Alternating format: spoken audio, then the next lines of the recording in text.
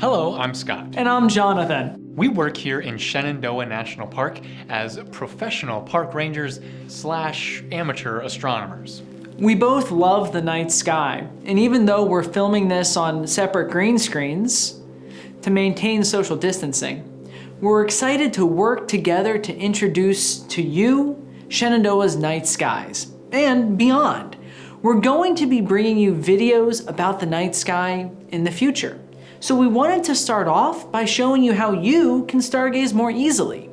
In future videos, we will break down specific constellations, like our first video that's in the works right now, going into the amazing history, culture, and science of the great Orion. Shenandoah National Park has some of the most accessible dark skies this side of the Mississippi. Skyline Drive, the scenic roadway through the park, gives you the altitude that helps you get away from the city lights.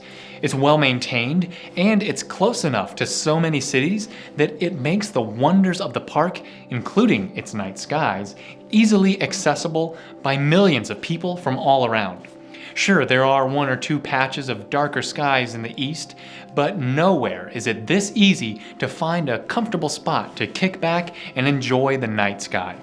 Shenandoah is a great place to take the kids out, or really anyone who wants to appreciate and learn about our place in the universe. So stay tuned till the end of this video, where we'll give you our best tips on how to stargaze from Shenandoah or wherever you are to make sure that it's a good time. If at any point you have questions about the night sky, we'll be monitoring the comments, so feel free to ask away. So let's get started. So what is a constellation anyway? I like to start off with where the words come from myself. Constellation comes from Latin for group of stars. All throughout human history, and even in prehistoric times, humans have looked up in wonder to the night sky and created their own groupings of the stars. It's amazing to think about the different cultures or tribes of early humans looking up at the sky in different parts of the world. Even though they were all looking at the same groups of stars, they came up with their own unique stories about what they meant. But no matter where on Earth you observe from, the science and data you can pull from the stars is exactly the same. Around the world, as the first tenets of civilization began to spring up, like agriculture, cities, writing, star catalogs also appeared.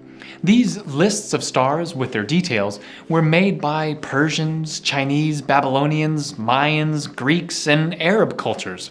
It's impossible to know where the very first catalogs came from, but the oldest star catalog surviving today comes from one of the earliest civilizations we know much about, the Sumerians.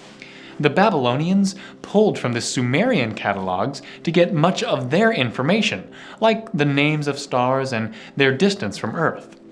The Babylonian catalogs show similarities to the ones later used in Greek civilization, which is where we get many of our modern names for the constellations. So from the oldest to the modern, there's a direct connection with the same information being passed from generation to generation. In 1922, the International Astronomical Union, headquartered in Paris, compiled the list of 88 constellations we use today. About half of those names come from that Greek catalog, and 12 come from the zodiac. The zodiac symbols were prominent in Babylonian astronomy, but its origins are a little uncertain. No matter where you look in the sky, you're looking at a point inside one of those 88 constellations. That's because a constellation, by today's definition, isn't just a recognizable pattern, but rather a large area of the sky surrounding that pattern. Take Orion, for example.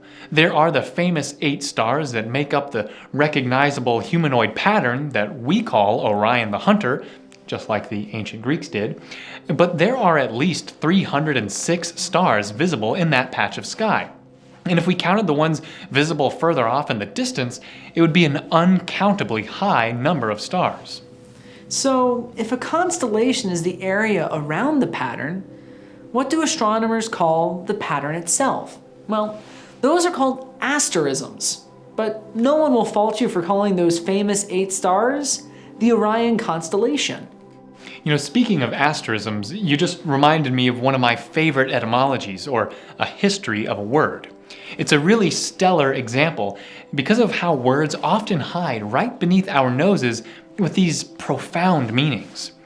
When we look up at night, we see a star, astar, astronomy, astrology, an asteroid, an astronaut. An asterisk looks like a star. These are astronomical examples. Well, what about disaster? Wait, disaster? Disaster. It's clear astar is our common root here. It comes from the Greek word for star, astar. And dis comes from Greek for bad. In the past, when the stars were lined up incorrectly or perhaps a shooting star flew by, it was a bad omen. The bad star, or disaster, signaled a coming disaster. Today, scientific consensus is that the stars' alignment has no bearing on human events, despite what you might read in your zodiac fortunes. Nowadays, just like all of human history, we have a science and a culture surrounding the stars. The science is astronomy. The culture is astrology. While it's certainly entertaining to read about what zodiac sign we're compatible with or what the alignment means for your personality or fortune, focusing our energy on the science of the stars helps us advance as a civilization. In the past, while all cultures made up unique stories about the stars, the information that science brought them was universal. People discovered that stars could help them stay on course while floating in the middle of the ocean. It gave them signals about when to plant crops or expect colder weather. Those who studied the stars gained unique tools that helped them prosper. Today, discoveries of new scientific tools are helping us to prosper just the same. We're detecting new particles never before noticed.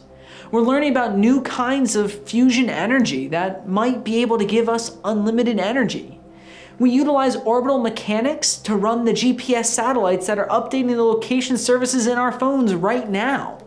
In fact, your phone is a fantastic example of a scientific tool that we can use today to learn more about the stars. Search for a stargazing app on your phone, and you'll find several that make stargazing easy for everyone. Many of them let you just point your phone at the sky, and it will tell you exactly what you're looking at.